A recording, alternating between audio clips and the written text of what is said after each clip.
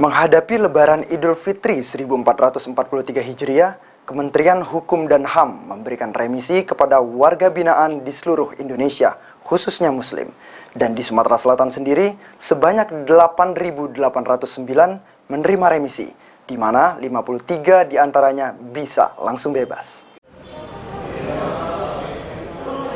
Remisi khusus Lebaran diberikan oleh Kementerian Hukum dan HAM kepada seluruh warga binaan yang ada di tanah air.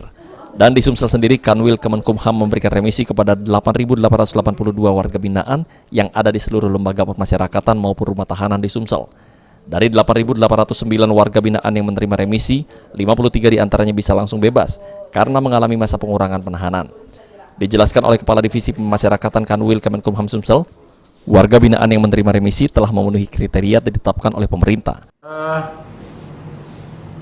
50 orang yang langsung bebas pada hari raya besok nih, lusa. Itu karena terjadinya mendapatkan remisi. Iya, setelah dikurangi masa pidananya karena memperoleh remisi pada hari raya itu, dia selesai menjalani pidana. Pak, itu kriteria mendapatkan remisi seperti apa mereka nih, Pak? Dia harus berkelakuan baik. Ya, dia wajib mengikuti semua kegiatan pembinaan yang yang ada di dalam lapas dan rutan. Tuh. Dan dia minimal sudah menjalani 6 bulan masa pidana.